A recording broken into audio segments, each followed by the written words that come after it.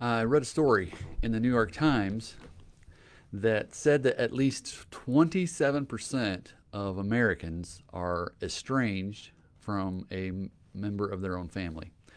One of the sources in the article said that children in these cases often cite harsh parenting, parental favoritism, divorce, and poor and increasingly hostile communication, often culminating in a volcanic event.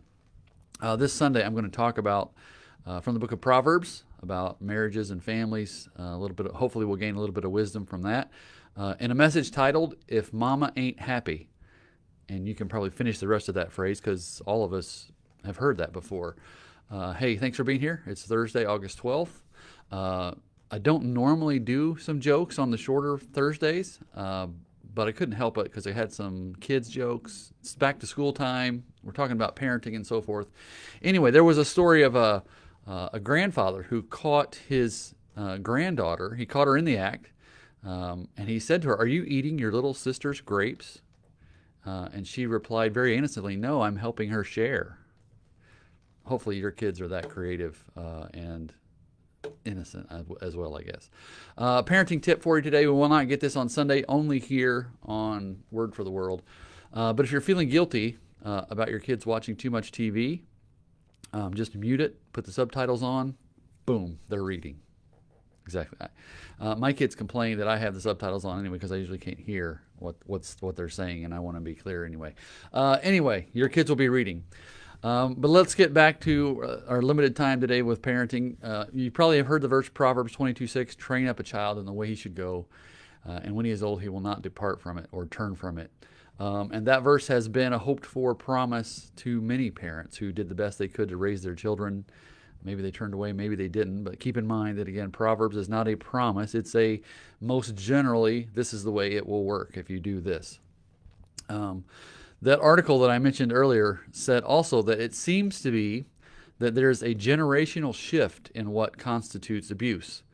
Practices that seemed like normal parenting to one generation are conceptualized as abusive, overbearing, and traumatizing to another. Remember, I think my generation, we talk about being whipped with a stick or a switch or whatever. Maybe that's a Southern thing, but it seems as we go, ideas and concepts of parenting and discipline change and evolve.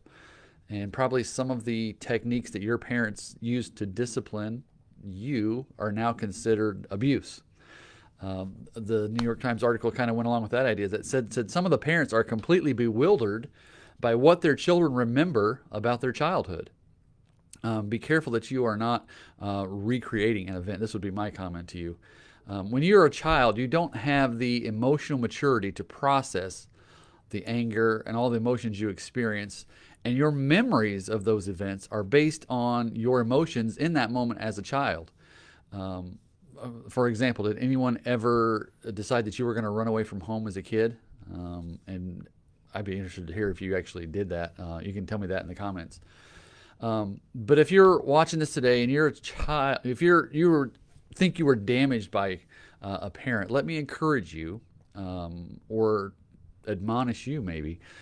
They may have just been trying to do the best they could. Your parents probably aren't abusers. Now, for many, that is not the case, and parents were abusers, and there's real trauma and real damage. I'm not minimizing that today. But what I do want to say is that you can't let either the very real trauma or a different age and a different style of parenting prevent you and your children from having that relationship with your parents, which are, their grandchildren. There may be some hard work to be done. Some difficult conversations, probably, and even some conversations that aren't going to be as hard as you think they are. A lot of times we just don't have the guts to try it, and we realize that the other side wants to reconcile too. Especially, I've seen this especially with grandparents who really long to see their grandkids, but there's some sort of rift between them and the children.